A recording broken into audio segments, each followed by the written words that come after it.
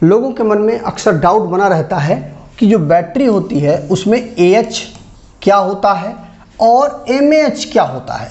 क्योंकि इसमें देखिए AH है, 2 वर्ड लिखे गए हैं, इसमें MAH लिख दिया गया है, 3 वर्ड हैं। तो इसका क्या मतलब होता है और इनका हम कहाँ कहाँ पर उपयोग करते हैं, कैसे हम समझेंगे कि ये बैटरी MAH में होगी या बैटरी की रेटिंग जो है वह AH में होगी, आइए समझते हैं।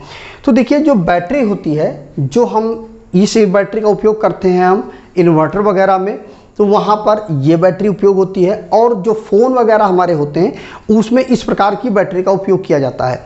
तो आप समझिए कि पहले ये समझ लीजिए कि जो AH होता है और MAH होता है, ये दोनों बैटरी की जो कैपेसिटी होती है उसको नापने की इकाई होती है। अब कैसे होती है, देखिए जो बैटरी होती है उसमें जो बड़ी बैटरी इस प्रकार से होती है, उसकी जो रेटिंग होती है वह AH में होती है, एम्पियर आवर। जैसे लिखा हुआ है देखिए 150 एम्पियर आवर लिखा हुआ है। अब जो छोटी बैटरी होती है, जो हमारे फ़ोनों में बैटरी का अधिकतर उपयोग की जाती है, उसकी जो रेटिंग होती है वह देखिए यहाँ पर लिखा हुआ है 4050 mAh यहाँ पर लिखा हुआ है। मतलब कुल मिलाकर के क्लियर हो गया कि हमारी फ़ोन की बैटरी या हमारे लैपटॉप की बैटरी या हमारे कैमरा की बैटरी, उसकी जो रेटिंग होती है वह MAH में होती है। और जो इन्वर्टर या इस प्रकार से बड़ी बैटरियां होती हैं उनकी जो रेटिंग होती है वह AH में होती है। अब इन दोनों में क्या डिफरेंस होता है, ऐसा क्यों होता है, आइए उसको भी समझ लेते हैं। देखिए सबसे पहले हम समझते हैं कि एम्पियर आवर AH क्या होता है। तो AH का फुल फॉर्म होता है एम्पियर आवर। एम्पियर मतलब हो गया करंट और आवर का मतलब हो गया समय, कि कोई करंट है वो कितने समय तक हम उसका उपयोग कर रहे हैं, उसी को हम एम्पियर आवर बोलेंगे।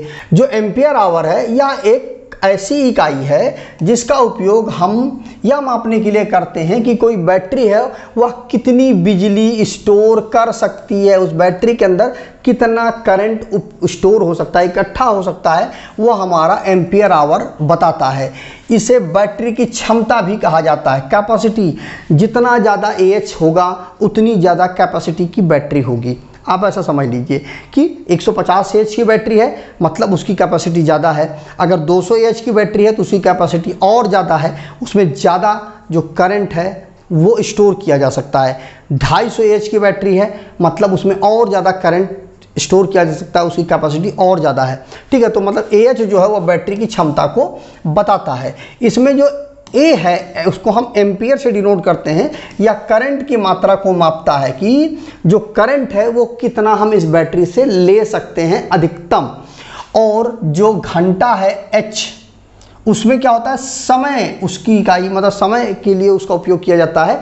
कि मतलब कोई करंट, मतलब कोई बैटरी है उस पर जितना AH लिखा हुआ है, इसका मतलब ये हुआ कि उतना एम्पियर 1 घंटे तक हम उस बैटरी से ले सकते हैं। आइए समझते हैं उसको और डिटेल में।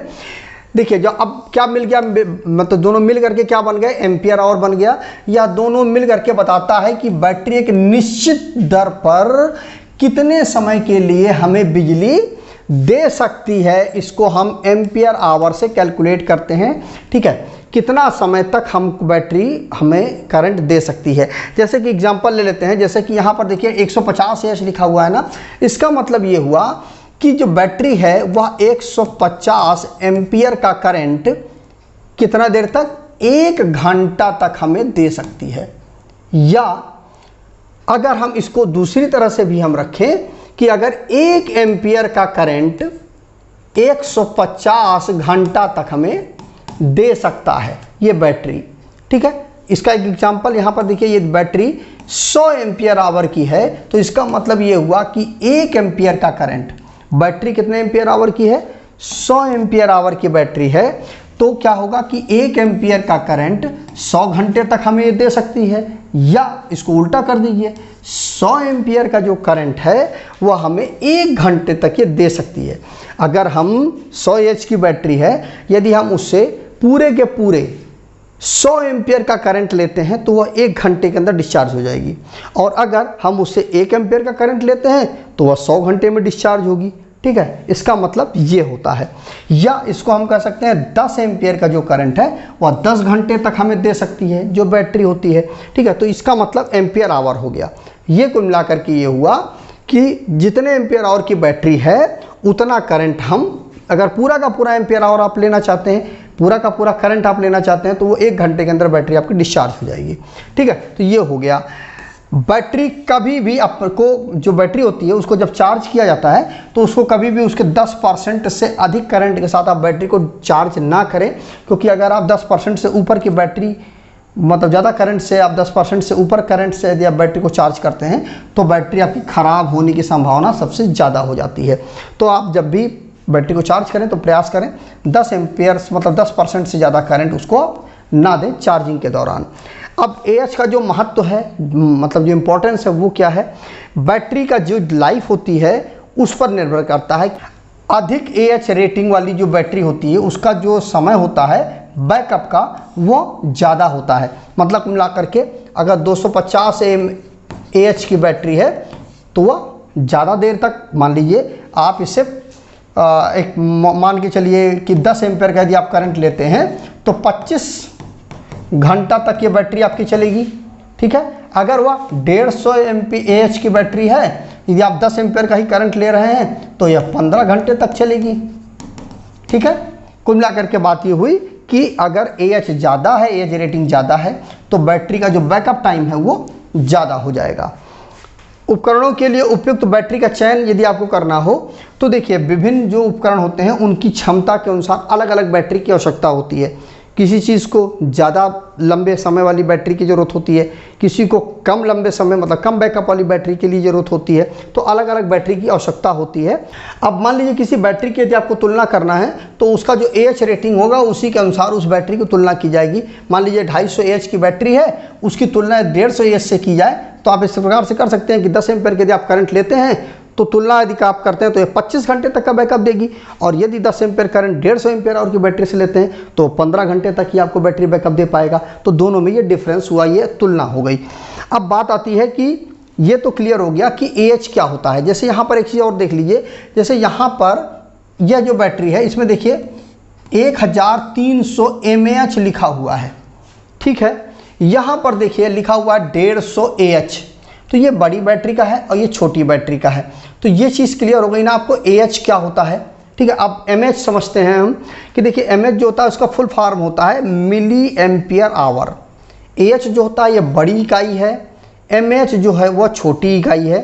जैसा मैंने आपको वीडियो के शुरू के दौरान ये बता दिया था कि जो MH वाली बैटरी होती है उसका उपयोग हम सेल फ़ोन में, मोबाइल फ़ोन में, जो आपका कैमरा है उसमें हम उपयोग करते हैं, और जो AH वाली बैटरी होती है उसका उपयोग हम कहाँ पर करते हैं? इन्वर्टर वगैरह में करते हैं, कार वगैरह में करते हैं, वहाँ पर उपयोग करते हैं। तो जो AH से छोटी इकाई होती है उसको हम mAh बोलते हैं।